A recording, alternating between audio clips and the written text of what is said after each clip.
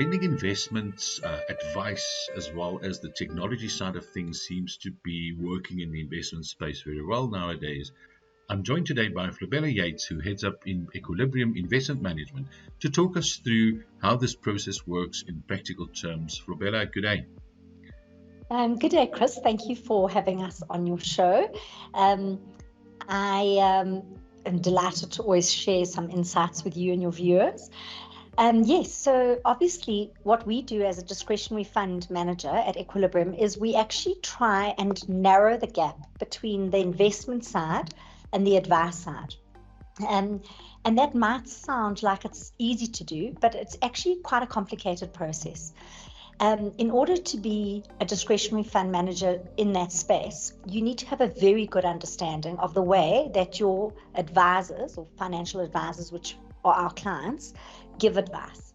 And what we aim to do is we aim to understand the process that they give advice, how they segment their clients, and also what they're trying to solve for. And then as an asset manager, we build solutions that try and cater to their end clients, the investors' needs. So for example, if an advisor says to us that they're looking for a solution for their clients who are drawing in income, their retired clients, we would then look at the outcome or the benchmark and say, well, if they're drawing an income, what is it that we're trying to achieve in the portfolio? There are two things that we're doing there. The first is obviously to try and get capital growth so that income lasts for as long as possible. And the second is to make sure there's not so much volatility in the portfolio that it affects the income drawdowns. We want a more stable portfolio. And that would then dictate the amount of risk that we can take in the portfolio, which would in turn limit us to not having too many assets sitting in your more growth or aggressive asset classes like property and equity. It would also probably impact how much we take offshore, and it would be lower than the 45% that we are allowed to take. In fact, it would be significantly lower because the rand is quite a volatile currency. For the more aggressive portfolios where we've got a longer time horizon, then we know that we'd be able to take more growthy assets in the portfolio, because even though the volatility might be higher over short time periods, we have the luxury of time to get to those outcomes. So the two have to work arm in arm if you're saying that you're an advice-led investment offering. And then the other thing that we do obviously a lot is we now use technology to help us analyze a lot better. So in years gone by, investment managers and financial advisors maybe didn't speak as much. Now we spend a lot of time trying to understand each other's worlds, but also we analyze the impact of different investment decisions in the investment journey for an end client or investor. So I think you've got Paul Nixon on as well. Paul Nixon is our behavioral finance analyst. And what he basically does is he takes some of the data for our clients and analyzes the experience that different markets have on how a client stays invested or disinvests. We find that so interesting.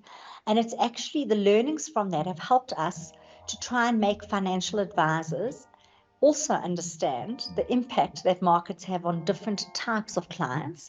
And then we use it to try and keep clients invested. Believe it or not, when most clients tell asset managers that they never get to their investment outcomes, it's not because they've chosen the wrong fund.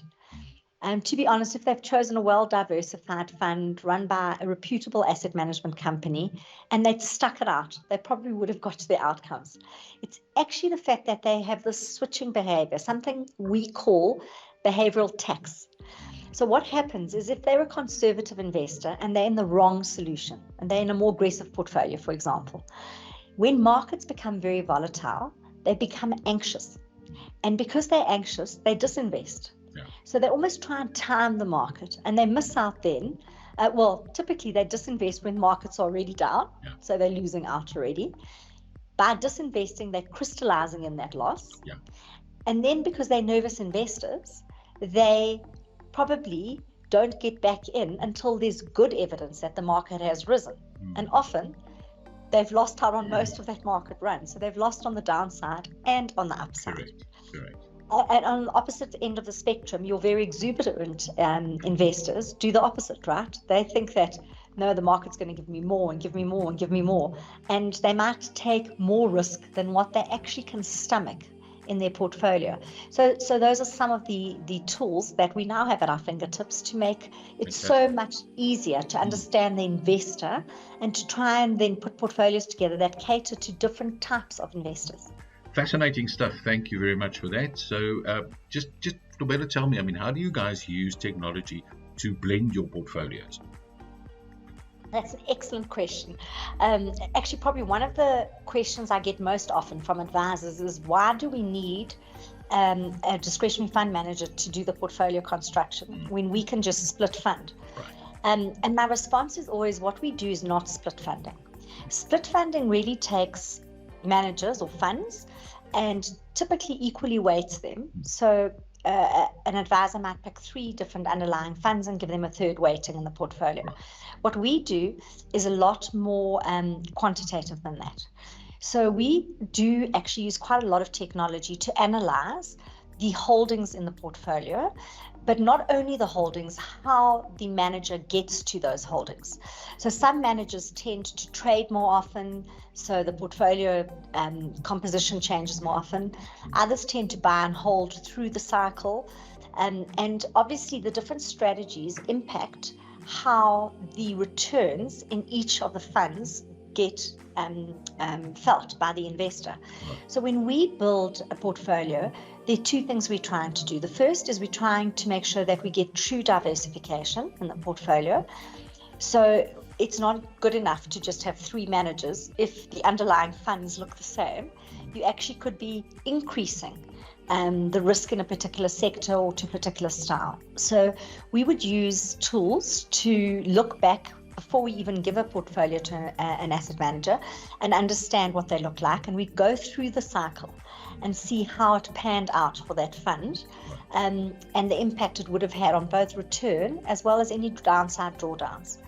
And then that also helps us inform things like how much we size into a portfolio. So we don't typically give managers the same equal weights in the portfolio, depending on what we're trying to get, and also understanding that we build portfolios that should survive through the cycle, which means there might be periods where there is volatility, but we try and limit that volatility for certain funds or certain portfolios. Right. And that journey is very important for the investors.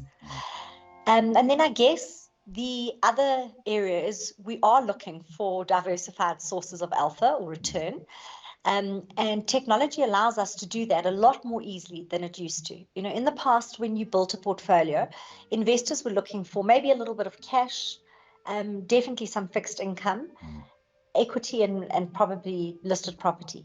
Nowadays, we've got so many alternative sources of alpha that we can include in portfolios.